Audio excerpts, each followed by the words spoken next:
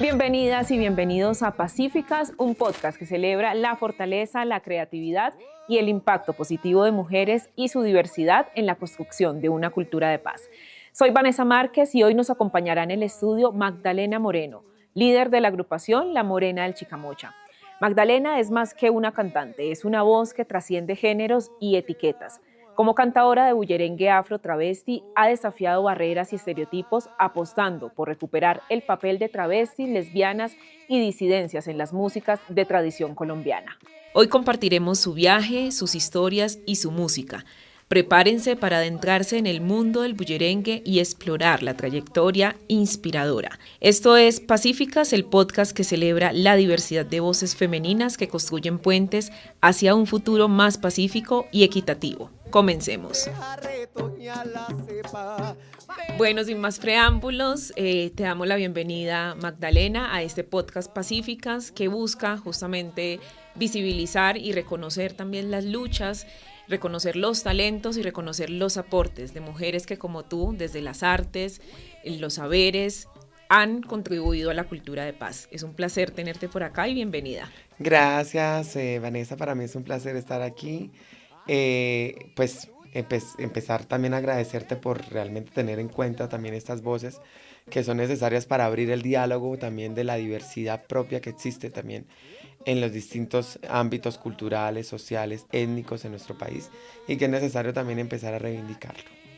Así es, y bueno, tú naciste en Girón, Santander, con una historia que me contabas ahorita supremamente fuerte de violencia también, de buscar una identidad, de buscar incluso un territorio donde te sintieras que hacías parte de ese lugar.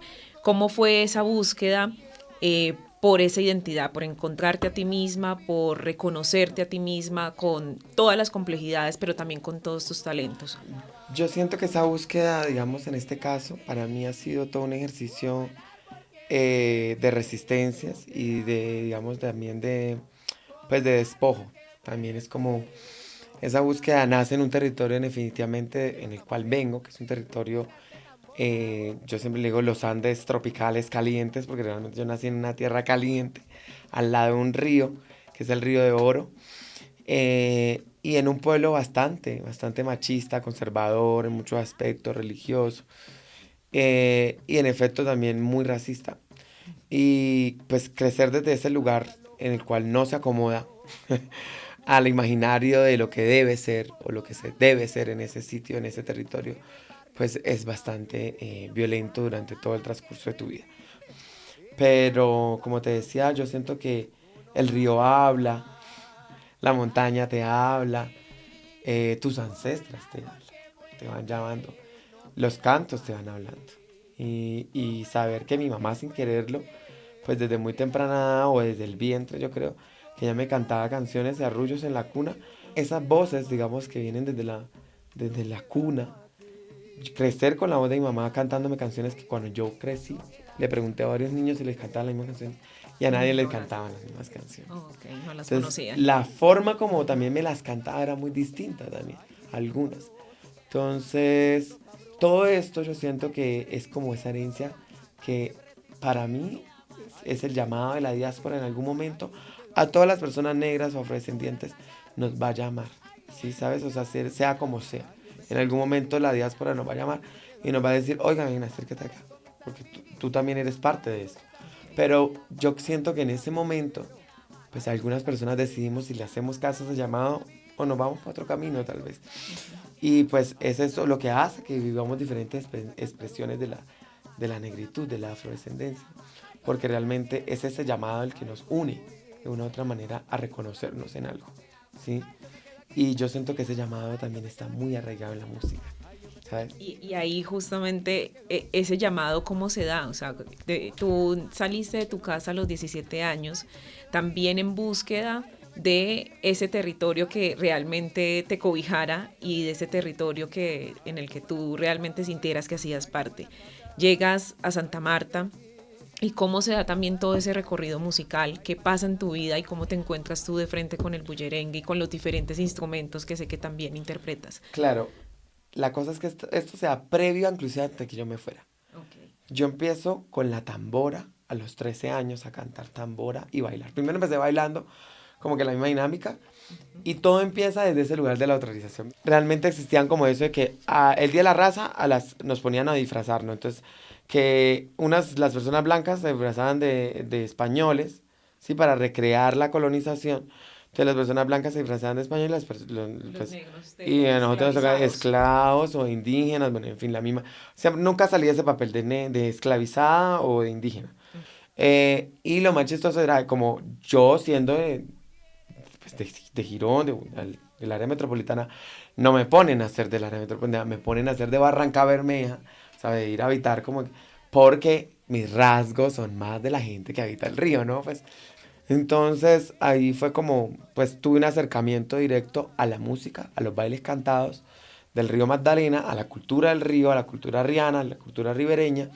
Y esto me hizo sentir como más cómoda, ¿sabes? En el momento que como que conecté con el tambor. Fue como Wow. apenas, y El que la llamado del voz, tambor. sí, o sea, como que el tambor me llamó así y la voz Ujú. como que, yo empecé bailando, pero fue como, a mí no me, o sea, sí me gustaba bailar y siempre me gustó bailar, pero era como un imán. O sea, yo cada vez que escuchaba el tambor yo quería cantar. Y la voz que salió, una vez la gente, y yo me acuerdo que el maestro Guillermo Laguna dijo, no, usted tiene que cantar en el grupo. Entonces así empezó y empecé ¿Y cantando. recuerdas cuál fue esa primera Mi canción? primera canción se llamó Renace una flor. ¿Y cómo dice? Es de una cantadora allá de Barranca Bermeja. Bueno, ella es del sur de Bolívar, pero llevó mucho tiempo viviendo en Barranca Bermeja. Y le compuso esta canción a Barranca Bermeja. Y es una canción que me parece un poco melancólica, ¿sabes? Dice, Barranca Bermeja, reina del petróleo. Barranca Bermeja, tierra petrolera. Te canto con el alma y con todo mi corazón. Yo tengo ya la esperanza que cambie, que sea mejor. Te canto con el alma y con todo mi corazón. Yo tengo ya la esperanza que cambie, que sea mejor. Barranca Bermeja, reina del petróleo. Barranca Bermeja, tierra petrolera. Esa, Qué bello. Qué esa es la vozarrón. primera tambora que yo conozco. Y es Ok, una tambora de Santander, o sea, de que habla del territorio. Entonces me hizo exactamente. sentir también ahí. O sea, ya Ujú. ahí como que yo decía, sí, sí hay gente negra en Santander, sí hay gente como yo, hay gente que se parece a mí, sí estamos cantándole al territorio, sí vivimos aquí.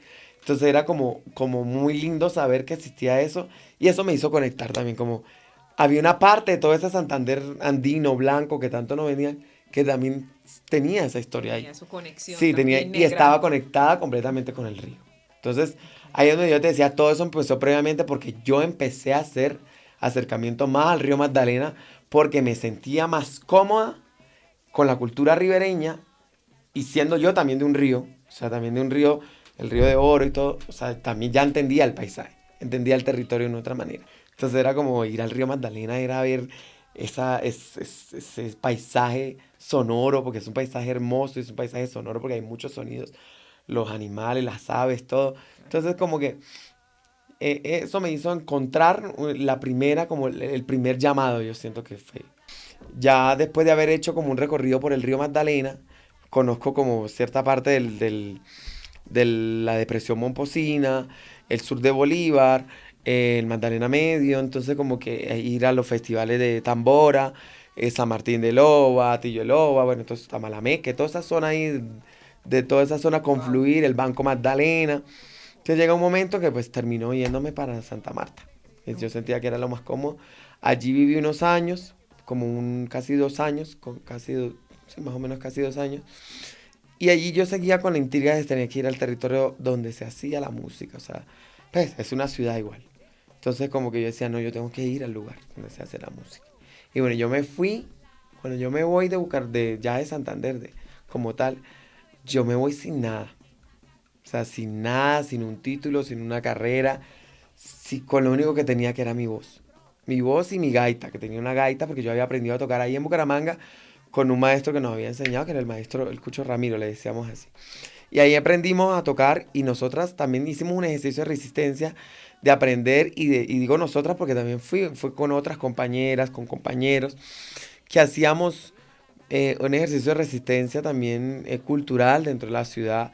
Nos, pa- nos, nos íbamos a los parques a tocar en Bucaramanga. Yo me acuerdo que íbamos mucho a los parques como de la zona céntrica y un poco periférica, porque esa zona es realmente céntrica, pero a la misma vez re periférica. O sea, como que ir al parque donde está el ejercicio de la prostitución, ir a tocar tambores simplemente por sentir y hacer sentir la alegría de esta música también a esas zonas donde sentíamos que a veces también como que nos ubicábamos de una otra manera ahí y que pues una también sentía ese raye de vivir así también de una otra manera. En ese entonces pues yo no tampoco ejercía la prostitución, tampoco había ejercido, pues tampoco era que había iniciado mi tránsito. O sea, ahí empieza como todo, siempre fui como muy femenina, pero digamos no por la situación del territorio, por el mismo machismo, por lo mismo que vi alrededor y porque crecí en un entorno bastante violento en términos de el conflicto. O sea, yo sí lo digo porque realmente la gente cree que el conflicto pasó solamente en la parte rural del país, en esas zonas apartadas del país, pues el Magdalena Medio, el Catatumbo, los Montes de María, bueno, como que esas zonas que dicen la gente, bueno, allá es donde sucedió el conflicto. Y yo siento que, por ejemplo, en mi caso, nosotros vivimos esa amenaza constante. O sea, en el barrio donde yo vivía allá en Girón, habían panfletos de las autodefensas en las esquinas de las casas. Yo recuerdo tanto, ese panfleto decía, ni puta, ni marica, ni travesti, ni viciosos. O sea, claro, crecer con esa amenaza constante también te hace crecer en que hacer eso es sinónimo de muerte. Con ese Ser miedo eso es constante sinónimo también. de muerte. Entonces, una crece despojada de sus posibles ancestras, de sus posibles referentes, crece sin referentes. Las travestis en el barrio tuvieron que huir, o sea, toda la diversidad o lo que haya, tenían que huir o pasar muy bajo perfil. Entonces tú creces creyendo que eso está mal, que es algo que hay que limpiar, ¿no? Pues Claro. de lo que la Total sociedad, limpieza social. porque esa era la limpieza social. Entonces, claro, o sea, eso también, ese conflicto que también con el que se crece, eso también, ese miedo, esa violencia simbólica también mata cuerpos, mata vidas, porque también pues se empieza a saber en ese lugar. Y la misma violencia hace que una no pueda realmente desarrollarse como ser humano. Entonces una vive reprimiendo hasta cierto punto también por el mismo contexto de violencia en el que se habita. Claro. Entonces, claro, yo crecí sabiéndose que eso era algo negativo. Entonces, no, transitar era algo que no, en Santander no. O sea, yo decía, sí, yo soy muy femenina y todo, pero yo no, yo aquí no, Claro. aquí me matan. Ya estaba pasando muchas situaciones también internas dentro de la familia de cierto rechazo hacia lo que yo era, hacia ciertas cosas, por su religiosidad, por su forma de pensar, por su ideología política, tal vez en mi familia, como que lo que yo pensaba, lo que yo decía, o sea, no solamente les incomodaba como yo me veía, sino también era como yo me expresaba. Entonces, pues nada, ya. Dije, no, o sea, no tengo un lugar donde vivir. No tengo un lugar donde, o sea, no estoy. mm, Estaba trabajando, tenía como 4 trabajos para poder sustentarme en la universidad.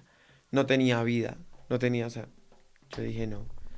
Y esto que estoy estudiando, que yo lo decidí, entre comillas, no me está llenando, ¿sí? Yo estudiaba historia y archivística. Ok. Y en la universidad lo único que veíamos era sobre esa historia colonial, Colonial, blanca. blanca, eurocéntrica. Y como que yo decía, pero pues nada, esto está hablando de la realidad de hoy en día. Una historia muy alejada. O sea, sí, la historia también es el pasado, pero también es el presente, también es el futuro. O sea, la historia no es una cosa anacrónica y que se queda en el tiempo.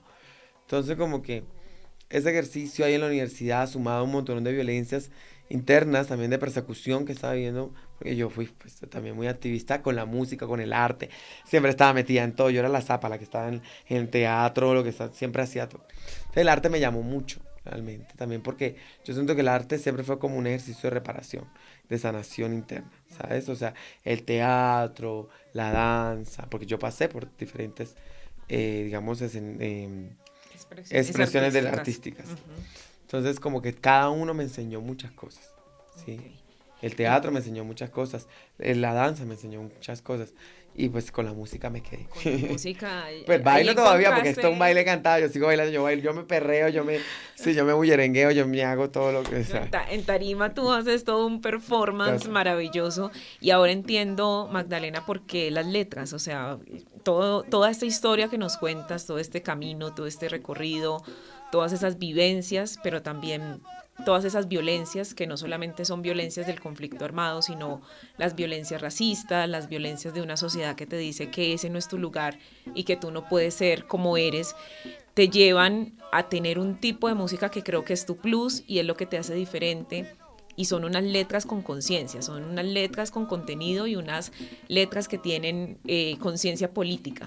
Hablemos un poco de eso porque ahorita me mencionaba sobre el tema de la folclorización y cómo trabajar y hablar solamente del folclore le ha quitado ese peso también político a lo tradicional y a estas letras que son tan contundentes para mostrar la vida de los colombianos y las colombianas. Sí, mira que esta historia comienza cuando yo empiezo a componer, porque yo al principio hacía, ¿sabes qué hacía yo? Cogía las letras de las cantadoras, porque yo cuando uno es, pues empieza, a mí no me gustaba casi interpretar, o sea, yo eso de repetir canciones como que no me, Como que no. como que no era lo mío, yo me daba cuenta, yo siempre tuve una capacidad, a mí siempre me gusta, y yo siempre fui buena para la rima, para la copa, para el verseo, entonces a mí me encantaba mucho eso, siempre me gustó improvisar, siempre me gustaba eso. Entonces yo al principio, como todas, también interpreté. También, cuando estuve en la universidad pasé por grupos, yo no solamente creamos grupos, pasé por grupos de música tradicional, estuve en música de músicas afrocolombianas, o sea, allá en Santander y ya. Pero que te digo, el ciclo cerró ahí, me fui para la costa, bueno, en fin, y también yo no me quedé en Santa Marta, yo después me fui para todo el territorio de los Montes de María en búsqueda de todo eso también que me hiciera entender mejor ese llamado que yo sentía, ¿sabes? O sea, que me hiciera entender por qué yo estaba haciendo esta música. No era como que, ay, simplemente me gustó y ya un hobby, no. Yo empecé a entender que esta música realmente era, me empezó a dar explicaciones de cómo era mi vida. O sea, tal vez Okay. yo antes, una no tiene conciencia de la existencia. O sea, bueno, de por sí ya la existencia es, es una pregunta filosófica súper grande. ¿Quién soy? Bueno, una entra en Para todos los que dilemas llegue a este mundo. existenciales. Pero para mí el bullerengue fue ese lugar de encontrar respuestas a mi existencia. Y tú sientes, Magdalena, que definitivamente tu alma y tu corazón se cura de todo lo que has vivido cada vez que compones y cada vez que cantas.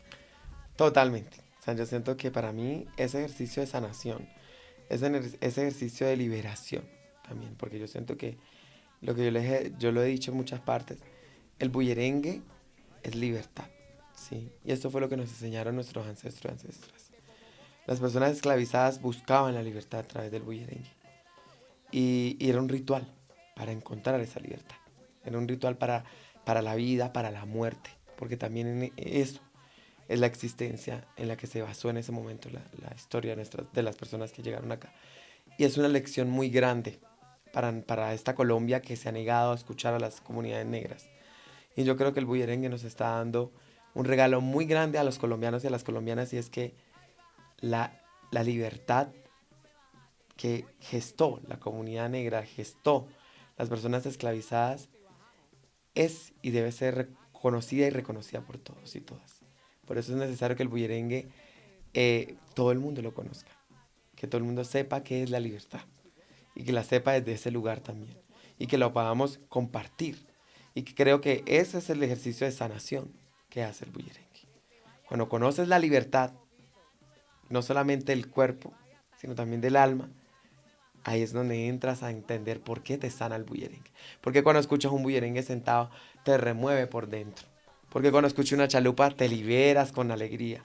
Porque cuando escuchas un fandango, sientes esa fiesta adentro. Y es Así porque el es. bullerengue es libertad.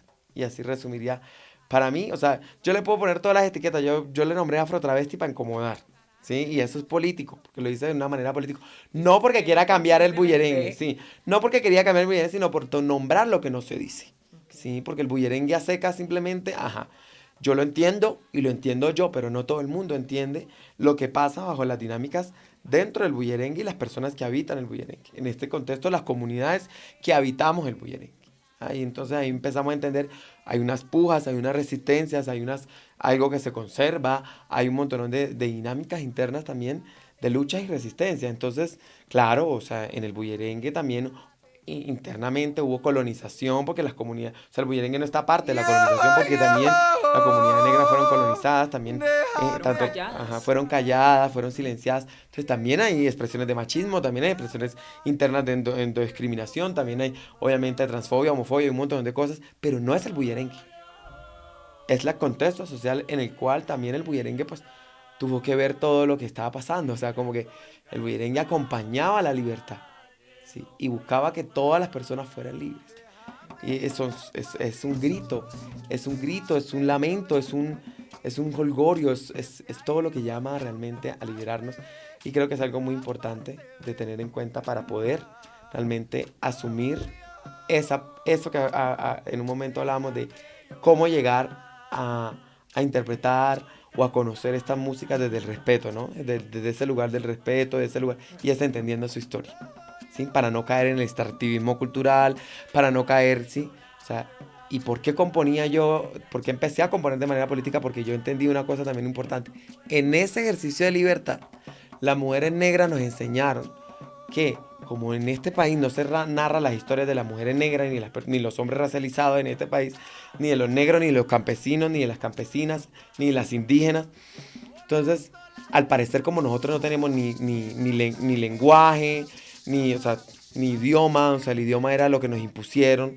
Entonces, la única manera de comunicarse era a través de la oralidad que nos queda. Y ese ejercicio de resistencia, de narrarse a sí mismas y narrar o sea, cuando ellas se narran a sí mismas, le están narrando su territorio y entender su territorio también, su cuerpo como su territorio y entender que el territorio también es conjunto, es colectivo. En ese momento empiezo a entender que el bullerengue también es muy político. Es muy fuerte que hoy en día, pues, la gente pelee por este discurso de la tradición, ¿no? Pues, yo veo que cuando a mí me dicen, no, usted no puede estar en esos espacios. Porque es que usted como es, no, usted tiene que vestirse de hombre porque usted nació así, y en muchos festivales no dejan participar a mujeres trans, no nos dejan participar. Entonces ahí es donde entramos en esta discusión, ¿qué es la tradición? ¿Sí? Si la tradición es eso que hace en los años 60, 70 o en los años 40, 30, se empezó a gestar, pero, eso es tradición, ¿sí? O eso y lo que ha ocurrido, toda la evolución de cambios y permanencia en las músicas, también es tradición. Entonces, nada se toca como se tocaba ni hace 400 ni 300 años, cuando me imagino que empezaría el bullerengue, ¿sí? Ese bullerengue que se tocó primeramente no debe parecer ni en la mitad de lo que hoy en día hacemos de bullerengue, ¿sí? Si ni uno ve los videos de hace 40 o 20, 30 años atrás de cómo se bailaba el bullerengue, por ejemplo, en el Urabá, los Montes de María y en otras regiones, y se baila completamente distinto a lo como lo éramos, ¿sí? La gente inclusive antes no tenía la necesidad de ir a disfrazarse de esclava con harapos para poder fingir ese delirio colonial de representar una idea de lo que significa la música folclórica. Uh-huh. Entonces, antes la gente, por ejemplo, usted va a ver los videos de Graciela Salgado en Palenque, la gente estaba vestida con sus vestidos normales, o sea, con lo que tenían, ¿sí? Y así hacían bullerengue. Ahora, para usted ir a un festival y hacer bullerengue y para que la consideren bullerenguera, entonces usted tiene que ir a vestirse con el número de sayas, de la pollera, el traje tiene que tener unas especificaciones, el hombre tiene que vestirse así, asado. Entonces yo digo, ¿eso realmente alimenta la cultura bullerenguera o realmente eso restringe y simplemente reduce la cultura bullerenguera a esta idea de representar una época de la historia? Que no está mal, también la reivindico. Es necesario que sigan existiendo gente que hable de esa parte de la historia y que todavía la demuestre. Pero el bullerengue no se va a quedar solamente en eso. Sí. Claro. Magdalena, hablemos de un tema que estamos en el mes de la mujer, y el mes de la mujer, incluso el Día de la Mujer, muchas veces se toma como el día para regalar una flor, para entregar un chocolate. Pero en Colombia el tema de los feminicidios sigue latente, sigue en aumento. te confieso y te voy a contar una infidencia, y es que yo tuve una tía que no pude conocer porque el esposo la mató de 17 puñaladas.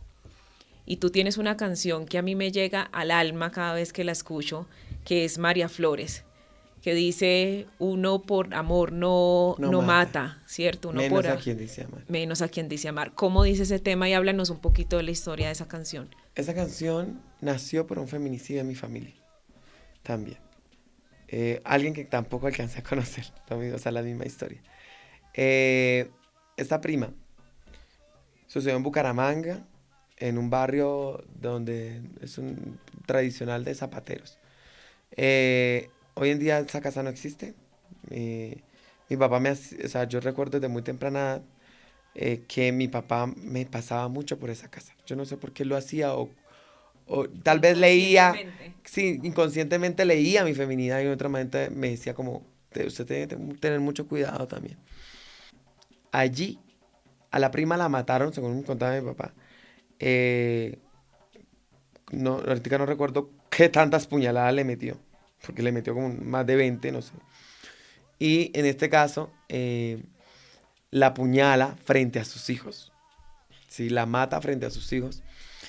Y después se mata a él, también frente a sus hijos. A los hijos los deja vivos. Yo no conocía esta parte de mi familia, o sea, mis primos nunca los conocí, se los llevaron. Esa historia quedó así, esa casa quedó abandonada, nadie quiso volver a habitar esa casa en la familia. Pero lo más loco es que cuando yo preguntaba esas cosas en la familia, mi abuelita o cosas así, pues, salían con el tema, o muy de vez en cuando, no, es que él era muy celoso. Es que él era muy celoso, él la quería mucho, por eso la mató.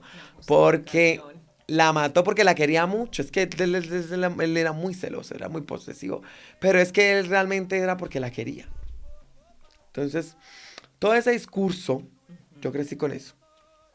O sea, yo crecí ahí, yo decía, pero ¿cómo que la mató? O sea, como que la gente puede amar a alguien y después matarlo porque así se expresa el amor. Yo decía, esto es muy aberrante. Y ya ahí empezó María Flores. Ahí nace María Flores. Y dice así. Señores, ¿qué le pasó? Oigan lo que le pasó. Señora, le cuento yo. Oigan lo que le pasó.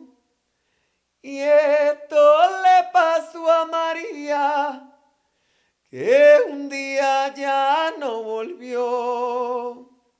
Ay, porque Pedro Moreno su vida le arrebató. María Flores marchito, Pedro Moreno la secó. Feminicidio, digo yo, feminicidio, digo yo. María se dejó llevar por lo que decía la gente. Ella se dejó comprar. Palabras de amor ausente. María Flores marchito, Pedro Moreno la secó. Feminicidio, digo yo. Este hombre Pedro Moreno le prometió grande vida. Este hombre Pedro Moreno le prometió grande vida, mas solo ya él le daba maltratos y mil heridas. María Flores marchito, Pedro Moreno la secó. Feminicidio, digo yo, transfeminicidio, digo yo. O sea, es una historia, Magdalena. básicamente. Es Wow, una historia que wow. reúne muchas historias. Exactamente. Es una historia que reúne muchas historias y que ahí está. Inclusive en la última versión que va a salir de esa canción, que se esperen porque va a salir con videoclip y todo, que va a ser mi primer videoclip y también las primeras canciones que voy a grabar, porque nada de esto está grabado propiamente. Pero que es hablar que también el feminicidio o el transfeminicidio está presente en la vida de nosotras. O sea, así que es como, pareciera que si no sabemos en qué momento buscar amor, pareciera que fuera una forma de sentencia de muerte también. Entonces creo que es algo muy fuerte.